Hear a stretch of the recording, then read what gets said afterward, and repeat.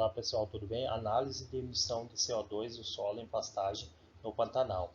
Autores Robson Nunes Vieira, Bárbara Costa Fortes de Barro e Igor José Dalmado. Introdução. O efluxo de dióxido de carbono em pastagem no Pantanal, assim como em outros ecossistemas, é um processo importante no contexto de emissão de gases de efeito estufa. O Pantanal pode alternar entre períodos de inundação e seca, e essas variações sazonais podem afetar o efluxo de CO2. A respiração do solo é uma parte importante para entender o balanço de carbono em um ecossistema. O CO2 é produzido na superfície do solo por micro-organismos que fazem a decomposição aeróbica da matéria orgânica e pela respiração das raízes. Dias 2006. A liberação de CO2 para a atmosfera é dependente da produção de CO2 no solo e do processo físico de fluxo de gás para fora do solo, de difusão. Introdução. Em solos tropicais que apresentam umidade e temperatura elevada, oferecem condições bastante propícias para o aumento da produção e emissão de CO2 para a atmosfera, Zanata 2008. No caso das passagens inundadas do Pantanal, oferecem elementos adicionais e aumento e fluxo, para uma vez que os gases e água competem pelo espaço poroso do solo.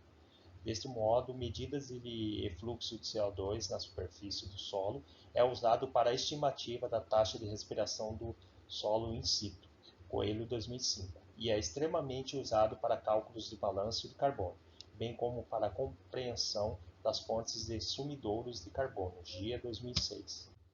Material e método. A pesquisa foi realizada na fazenda Nossa Senhora do Carmo, região sul de Mato Grosso.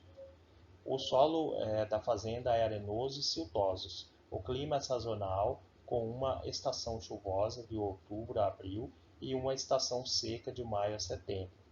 As variáveis micrometeorológicas e do solo, temperatura, umidade, precipitação e concentração de CO2 foram coletadas por um conjunto de sensores colocado a 10 a 30 centímetros de profundidade e 2 metros de altura. Todos os sensores foram ligados em um registrador e as leituras foram feitas cada 30 minutos. Já o fluxo de CO2 foi medido mensalmente por um sistema formado por um analisador de gás infravermelho.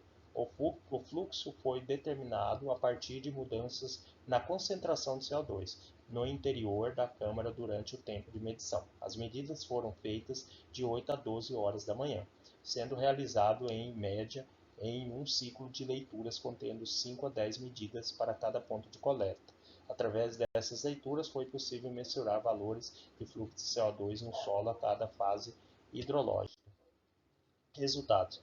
Durante todo o período de estudo, a precipitação foi de 1.249 mm, sendo mais concentrada entre outubro de 2021 a abril de 2022. A área sofreu uma primeira inundação no mês de dezembro de 2021, mas, de fato, a inundação foi de janeiro até final de abril, período este que a concentração de CO2 do solo ficou próxima de zero. Já o potencial matricial do solo mostrou que, durante o período maior de precipitação, o potencial matricial foi menor, próximo a zero kPa. À medida que o conteúdo da água do solo foi diminuindo, a força de retenção tende a aumentar período de agosto a outubro de 2021.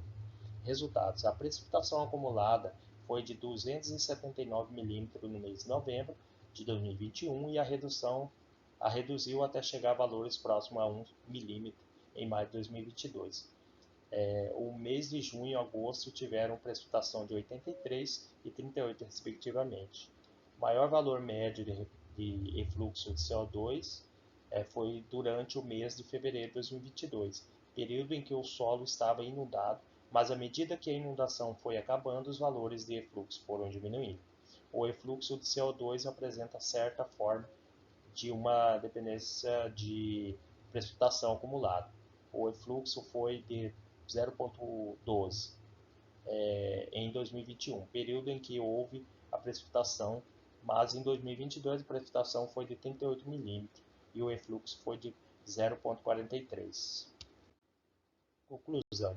Os resultados mostram que a dinâmica temporal e a magnitude do efluxo de CO2 no solo é uma pastagem usada É isso aí.